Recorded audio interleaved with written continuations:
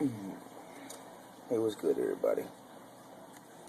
You know, I came to y'all. I said I was gonna put out another video about a discussion we were having about a funny comedians, who had a funny talk show.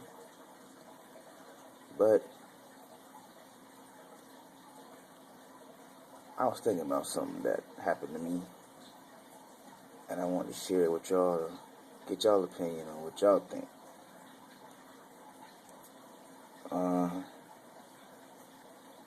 It was about my 911 call. You know, you hope you never need it, but when you do need it, you hope they're there for you. So everything's good. I'm good now, but sitting back thinking about how it went down.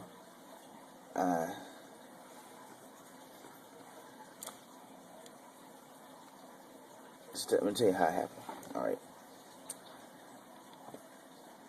I'm on my way to work. I had just dropped my son off to daycare, so I'm on my way to work. I'm riding down the street, and this raggedy, beat-up van, I don't know what they were carrying in me, but they ride up beside me. So I smell like something burning. I'm like, man, it's a stank truck, like blowing all these fumes and stuff. So I speed up to go around it, and the light ahead of me changed. It changed red, so I got to start stopping. So I'm pressing the brake, and my brake's not working. I'm like, what the heck? And then my radio would start blinking in and out, in and out. So I'm like jamming my foot down, trying to get the car stopped. So it's slowing down real slow. Then I get to the light, so I don't want to stop right behind the car because I'm trying to see what's going on. So I stop about 4 car lengths behind the car that's in front of me, and I press the gas again to see if it takes off, but it takes off, and I'm jamming the brake, trying to get it. So I'm like, man, something on my brakes. So I'm sitting at the light, and smoke started coming from under my hood. So I'm like, man, what the heck going on here? So I turned my car off real quick. I'm like, nah, I better not turn it off, because if it breaks down, we'll be in the middle of the road. So I turn it back on. Luckily, the car started. So then I pull my car into a Walgreens, and I get out, and the smoke just gushing out the hood. I'm like, what the heck going on? So I call my job. I'm like, yo, let me talk to the supervisor. Supervisor on the phone. I'm like, hey, I'm gonna be a little late because I'm having some car trouble right now. Little did I know, like, she's like, so where you at? I'm like, I'm on my way to work, but I'm having car trouble. Like, whoa, hold on. I call you back. My car just caught on fire. She's like, what? It caught on fire? Like, yeah, let me hang up and call 911. So this way it gets real interesting. I call 911 from a cell phone. It's got to locate where I'm at with my cell phone. All right. So about 30 seconds later, it finally get me to the right. All right. The right 911 people or wherever. So I'm on the phone with 911. Now, on TV, when they give you a 911 call, this is what I hear. 911, what's your emergency? So that's what I'm expecting to hear. So I already got the answer in my head what I'm finna say. No, this lady gets on the phone. 911, how can I help you? I'm like, hey, I need a fire truck. My car's on fire. So she was like, oh, you're a black man. I was like, yeah. She said, can I have your date of birth? I'm like, huh? She said, your date of birth? I tell my date of birth, 07/21/1984. She said, okay, where are you located? I said, I'm at the Walgreens on the corner of such and such and such and such. She was like, okay, is anyone hurt? I said, no, not really. I don't think so. Can I have your home address? It's like, huh? So I tell her my home address. And she like, is there anything in the car that could explode? I said, no. So I'm thinking, like, what in the heck? She asking me all these questions for? So I'm on the phone like 10 minutes. She asked me, are you sure the car is your car? I say, yeah, it's my. Can I have a description of the car? I say, well, it was white. Now it's red and orange, blue and green. No.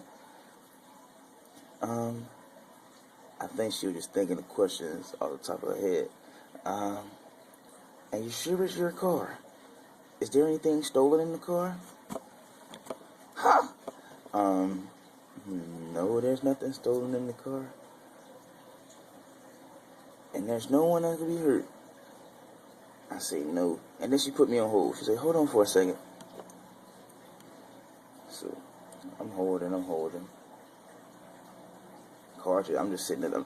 Actually, I got pictures of my car burning. I'm just sitting there waiting on the car. Waiting on people to come. And then they finally, like, 10 minutes later, show up after my car's, like, totally engulfed in flames. And it's a fire station, not even a half a mile down the road. But I guess she called the fire station from, like, St. Pete somewhere, because the fire truck came from a totally opposite direction. First, an ambulance got there. My car, like, the whole car is in flames, and they get out with 3 fire extinguishers. I'm like, what the heck are they gonna do with those? That's like spitting on it to me. So I'm just sitting there. And then finally, fireman get there. And this dude is like 6'9", 6'10". And he's taking, like, you would think on the way there he's putting on his fire suit. No. This dude get there with some shorts and flip-flops on and a tank top. And he's getting out of the truck, taking his poor little time, putting on this big old suit to weigh like 30 pounds, I guess. I don't know, 100 and something pounds. And then the dude that's driving, he got to put his suit on. So my car's just still burning. It's only 2 people. You got this big old fire truck. There's only 2 people on the truck, and then they got to roll the hose out. I'm like, what the? So, anyway, make this long story short. I didn't think about it then, you know, you don't think about that kind of stuff when it's actually happening, but as you sit back and think, like, what happened in the situation, you wonder, did they handle that right? She asked me, did I have anything stolen in the car? She asked me, was the car mine? What in the world does my birthday have to do with my car being on fire? Every time I ride by that spot where it caught on fire, I see the trees, they still scorched. I laugh because, you know, I got paid a little bit of money for that car. You know, insurance, thank God for insurance, Geico. But shout out to y'all, Geico. Geico, y'all handle that real beautifully. I mean, within a week, I had my check in the mail. Geico, I love y'all. I don't care about that Allstate crap because I called Allstate and trying to get insurance before the car caught on fire, and the insurance was like $50 a month more than what I'm paying right now for Geico. So Geico, state number 1, state represent Florida, you know what I'm saying, because Geico, y'all really. But hit me a line, drop me a line on some crazy things that happened where you had an emergency happen and you don't think it turned out right after you just sit down and think about it. Because 9 times out of 10, you mean your adrenaline going, I mean, you don't know what to do because your car don't catch on fire every day. So I'm pretty sure, I mean, this is how I describe watching your car, especially the car that I had. I mean, it wasn't no Diablo or nothing like that, though. But it was the first car, real car that I bought off of a real car lot. I mean, I've had a couple, about $4 or $5, but it was I bought it in '05. It was a 2004 Ford Mustang. I mean, it was it. Look, let me tell you. All right, I got a system in my car. Had a system in my car in the back trunk. You know how hard it is to get a box of 12s in the back of a Mustang trunk. So it was in there pretty tight, and the fire dude came in there. I mean, the fire is completely out, and it's like I think I still see smoke coming from the radio. So this man putting like 12,000 gallons of water on my system, and I'm like, oh man, my amp back there. So this guy just drenching my amp full of water, because there was smoke coming out the ports of the box, which I think smoke just got in the box and was coming out. I'm like, man, the fire is out. I'm yelling at the fireman, even though he like Incredible Hulk and look, he sound like Darth Vader. Every time he talk, he like.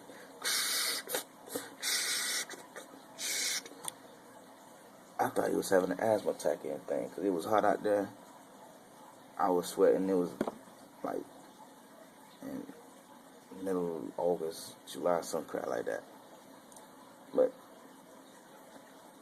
I'm ready to pass out. He ready to pass out. They ain't asked me how the fire start. The cats put the fire out and they left. I signed a little paper. But anyway, Geico, y'all fixed it, so I'm good. I got a charger now, so that's what I want anyway. But anyway, hit me up.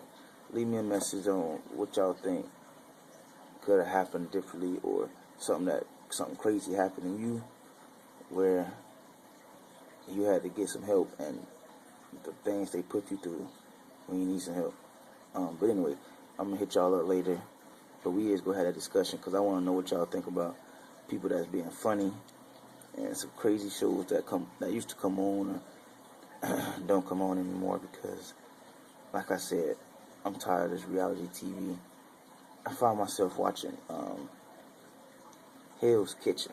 I mean, come on now.